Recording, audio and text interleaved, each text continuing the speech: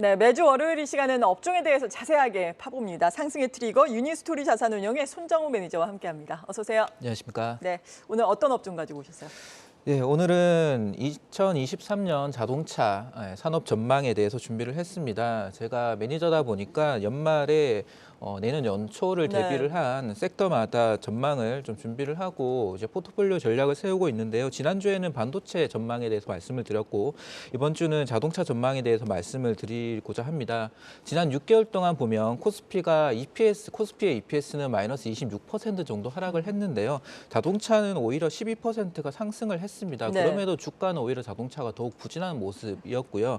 사실 이러한 이유가 다 있습니다. 그래서 오늘 방송을 잘 들으시면 이러한 흐름에 대해서 이해를 하실 것 같고, 그러면 내년에 자동차 업종은 어떤 쪽에 투자하는 게 유리할 것이냐에 대한 해답을 찾으실 수 있을 것 같습니다. 반도체 업종의 경우에는 주가적으로나 실적이나 좀 선반영이 된 부분이 크다라고 생각을 해서 지난 9월 말부터 매수 전략을 말씀드려왔지만은 자동차의 경우에는 지금부터 실적 하락이 본격적으로 나올 것으로 저는 생각을 하고, 네. 다만 주가의 하락은 크진 않을 것 같습니다. 따라서 그 안에서 어떤 쪽에 집중을 하느냐에 따라서 종목별로는 좋은 수익을 낼 수 있는 상황으로 보기 때문에 그 부분에 대해서 말씀을 좀 드리고자 합니다. 네, 자동차에 대해서 마침 궁금하던 차였습니다. 지난 주말에 앞서서도 저희가 설명을 드린 것처럼 포드를 비롯한 미국의 자동차 업체들 일제히 급락을 했고, 사실 자동차가 차량용 반도체가 또 없었기 때문에 없어서 못 샀는데 요즘에는 뭐 중고차 가격도 많이 떨어지고 있다, 네. 이런 얘기도 들리고 있고요. 네, 맞습니다. 내년에 자동차 업종에 대한 전망은 이제 수요 감소가 확인이 되면서 주가에 대한 저희가 눈높이라고 하는데요. 이제 지금 좀 높아져 있는 눈높이에 대한 하향이 되면서 실물 경기에 실제로 수렴이 되는 그렇기 때문에 보수적인 전망을 말씀을 드립니다. 네. 급격한 금리 상승이 나왔고요.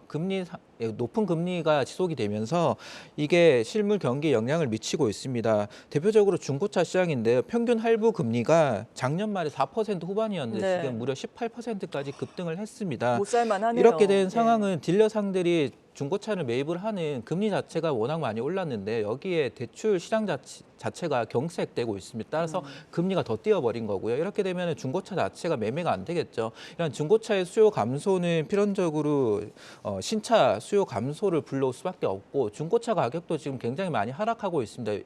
안 팔리니까 하락을 시킬 수밖에 없고, 이렇게 되면 신차 가격에도 영향을 줄 수밖에 없다라고 보고 있습니다.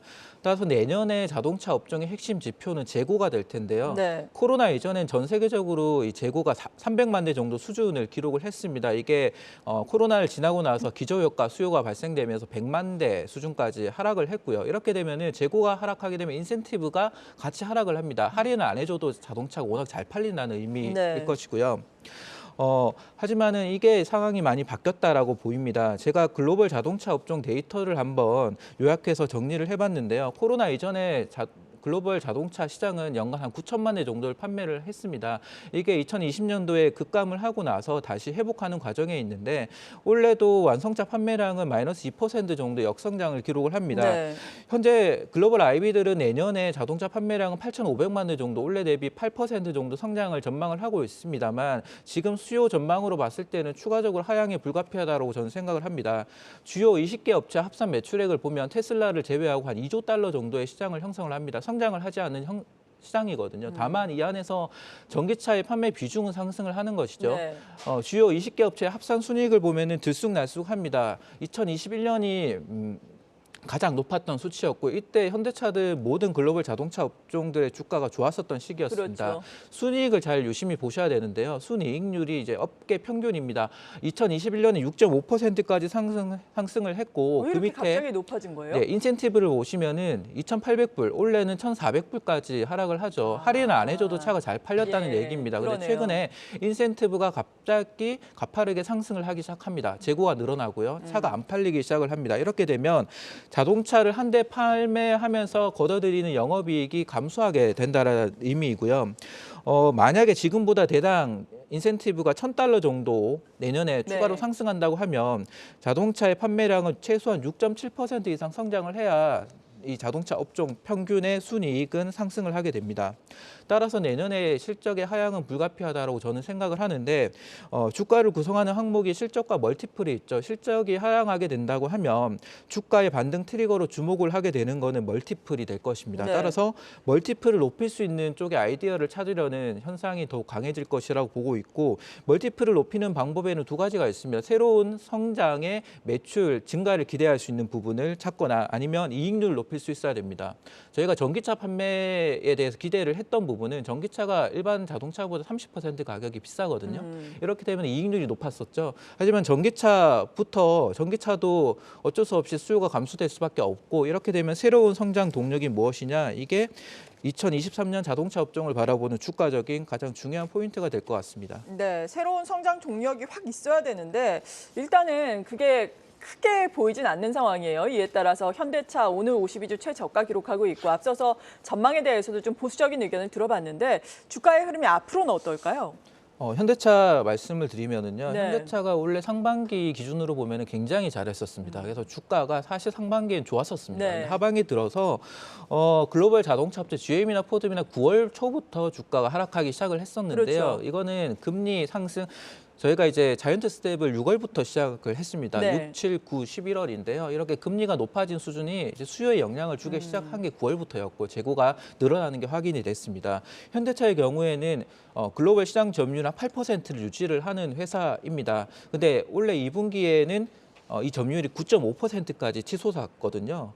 이때 보면은 전기차 판매 비중이 늘어나면서 전기차 시장에서 미국에서 선방을 했었고요. 네. 그러면서 2분기 순이익을 보면은 8.6%까지 기록을 하게 됩니다. 글로벌 경쟁사 대비해서도 순이익률 2%가 높았다는 얘기인데요. 괜찮네요. 여기에는 세 가지 이유가 있었던 거죠. 이제 판매도 잘 됐지만은 환율 효과도 있었을 거고 인센티브가 유독 훨씬 더 낮았습니다. 재고가 그만큼 없었다는 얘기인데요. 네. 그렇기 때문에 현대차의 이제 재고 증가나 인센티브 상승에 대한 우려가 다른 경쟁사보다 더 커질 수 있다라고 보고 있습니다.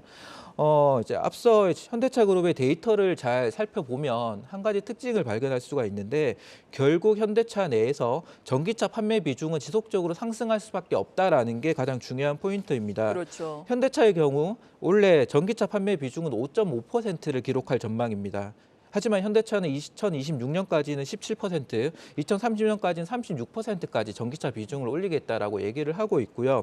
이렇게 되면 올해 현대차 그룹이 전기차 판매 대수가 12만 대 정도 성장을 네. 했습니다. 그렇게 되면 내년부터 당장 20만 대 이상 연평균 성장을 해야 됩니다. 즉 올해 성장했었던 전기차 판매보다 내년, 내후년의 성장 속도가 더욱 가파라진다라는 부분인데요. 네. 현대차가 전기차를 많이 판다고 해서 전체 글로벌 점유율이 상승하지는 않을 것 같습니다. 다만 현대차에 공급을 하는 부품업체의 경우에는 전장 부품의 경우에는 실적 성장이 올해보다 내년이 더욱 주목받을 만하다라고 생각해서 결국은 이러한 쪽에 수혜를 받는 기업을 찾는 게 더 유리할 것으로 생각합니다. 네, 문제는 또 현대차가 미국에서 전기차 많이 팔았었는데 지금 IRA로 인해서 경쟁력이 약간 둔화되고 있는 거잖아요. 예, 보조금도 못 받고.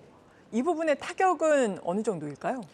사실 하반기에 점유율이 하락한 이유는 네. 사실 IRA 법안에 대해서 선반영이 됐다라기보다는 그냥 경쟁 강도가 심해졌습니다. GM이나 포드나 이런 네. 경쟁사들이 신차를 출시를 했거든요. 그동안은 공급 차질, 반도체 쇼티지 문제로 공급 차질이 있었지만은 공급이 증가했습니다. 따라서 현대차의 재고도 늘어나게 되는 거고 점유율이 하락했는데 문제는 IRA 법안이 시행이 됐을 때 당장 현대차의 판매 둔화는 불가피하다라고 그렇죠. 생각을 합니다. 네. 사실 이 부분이 조속히 해결이 돼야 될 텐데 지난 주말에 또 뉴스가 나온 걸 보면 예. 조지아 이 공장에 대해서 재검토를 하는 맞아요. 그런 뉴스도 있습니다. 이 부분은 결국은 미국 정부와 지금 딜을 하고 있는 상황인데 생각보다 여의치 않는 것 같습니다. 이 부분이 조속히 해결이 되어야 내년에 좀 더 전기차 시장에서 특히 미국 시장에서의 좀 성장을 다시 회복할 수 있는 기회가 될 건데 이건 좀 주목해야 좀 지켜봐야 될 것 같습니다. 그렇다면 내년 자동차 산업 전반적으로는 어떻게 전망을 하고 계신 거예요? 네, 내년 자동차 업종 투자 전략 개인적으로 생각하고 있는 네. 부분을 정리를 해봤습니다. 네, 자료를 좀 떼어주시면은요. 먼저 핵심은 EPS가 하향될 것이다라고 봅니다. 하지만 멀티플 상승에 대해서는 고민이 증대될 것이다. 즉 멀티플 상승이 중요한 요인이다라고 생각을 하는데요.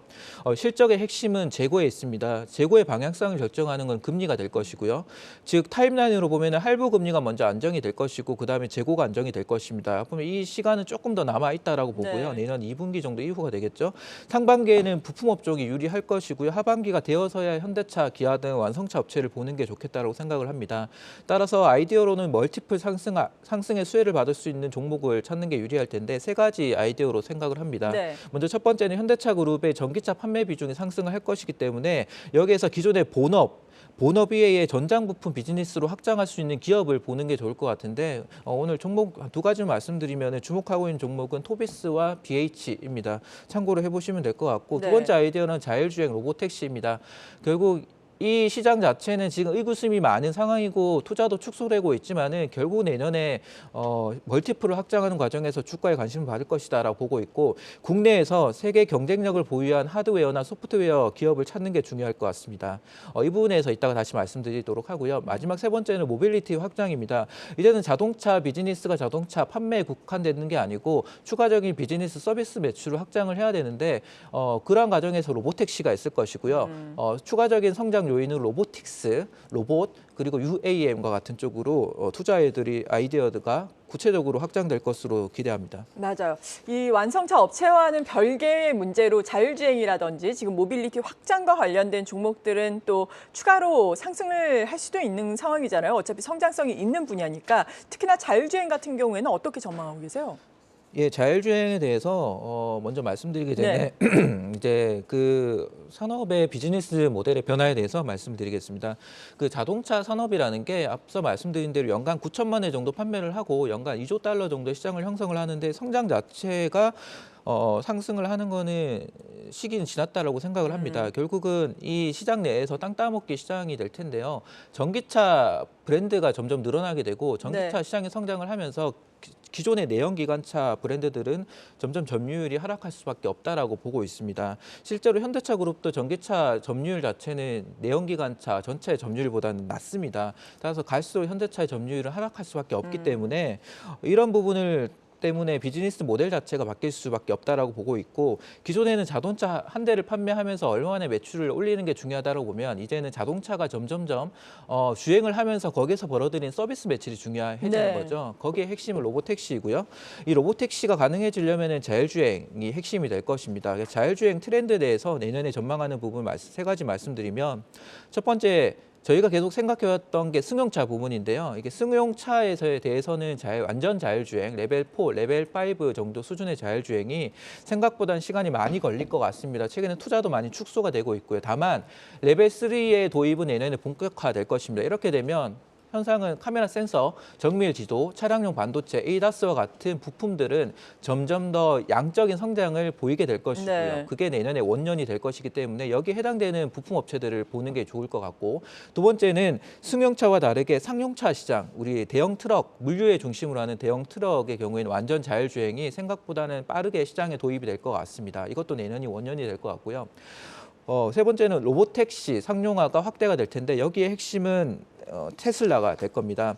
테슬라가 최근에 세미트럭을 인도를 했는데요. 이 세미트럭 인도를 하면서 구체적인 기술적인 부분을 발표를 하지 않았습니다. 네. 아직까지는 좀 더 상향돼야 되는 기술이 있는 것 같고요.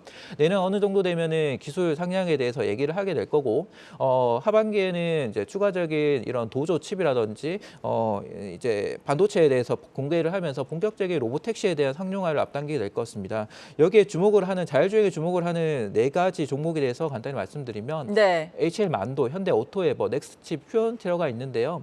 관련된 아이디어 핵심은 이제 정리된 내용이 나가고 있는데 참고해 보시면 될 것 같고 네. 요 네 종목에 대해서 중점적으로 살펴보고 있습니다. 그래서 내년은 실적에 대해서는 불가피하지만은 성장 아이디어에 주목을 하자 해서 자율주행 관련한 아이디어로 좀 주목을 해서 보고 있습니다. 네, 지금까지 유니스토리 자산운용의 손정우 매니저였습니다. 고맙습니다. 감사합니다.